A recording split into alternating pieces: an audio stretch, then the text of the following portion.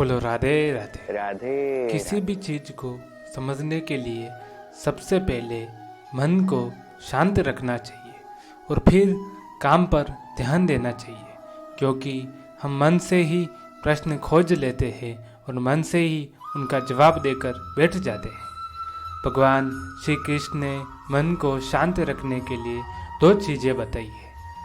भागवत गीता में भगवान श्री कृष्ण कहते हैं मन का बेचैन होना उसका स्वभाव है। हमारे मन को लगता है कि अगर यह अलग अलग बातों के बारे में सोचता रहेगा तो हमें आने वाली हर मुश्किल और मुसीबत से बचा लेगा, पर ऐसा होता नहीं है। हम अपने जीवन का काफ़ी अधिक समय सोच विचार करके परेशान होने में निकाल देते हैं। भगवान श्री कृष्ण कहते हैं कि मन का यह स्वभाव बदलना मुश्किल ज़रूर है पर असंभव नहीं है। अच्छा, अब आप एक बात बताइए, क्या आप कौवे को ये कह सकते हैं कि वो काव काव की आवाज़ ना करे, या फिर आप किसी मेंढक को यह कह सकते हैं कि वह पानी देखते ही ऊंची ऊंची छलांग ना मारे? हमारे मन का भी कुछ ऐसा ही है।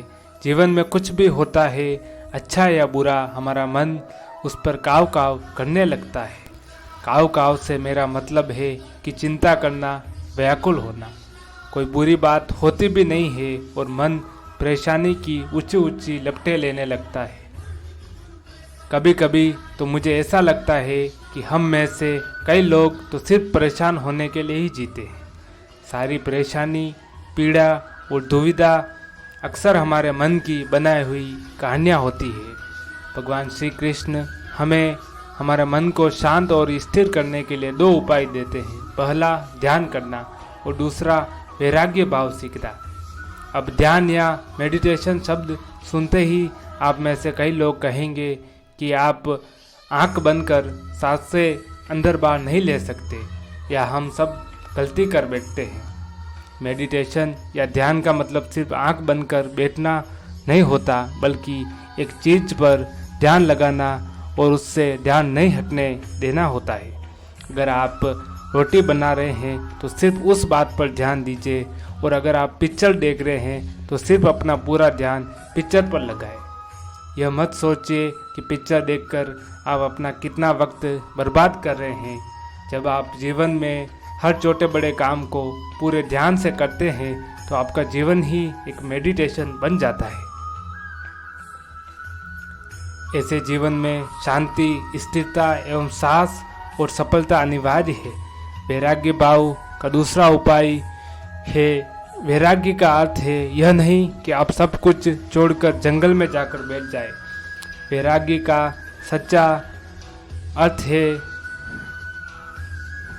है कि आप जो काम कर रहे हैं उसका क्या नतीजा या रिजल्ट निकलेगा उसकी चिंता ना करें। जैसे अगर आप अपना कोई इंटरव्यू देने जाते हैं तो आप सिर्फ यह कह सकते हैं कि मैं अपनी पूरी तैयारी के साथ जाऊंगा और अपना बेस्ट इंटरव्यू दूंगा, लेकिन वो नौकरी आपको मिले या ना मिले ये आपके हाथ में नहीं है और इसके लिए आप कुछ भी नहीं कर सकते।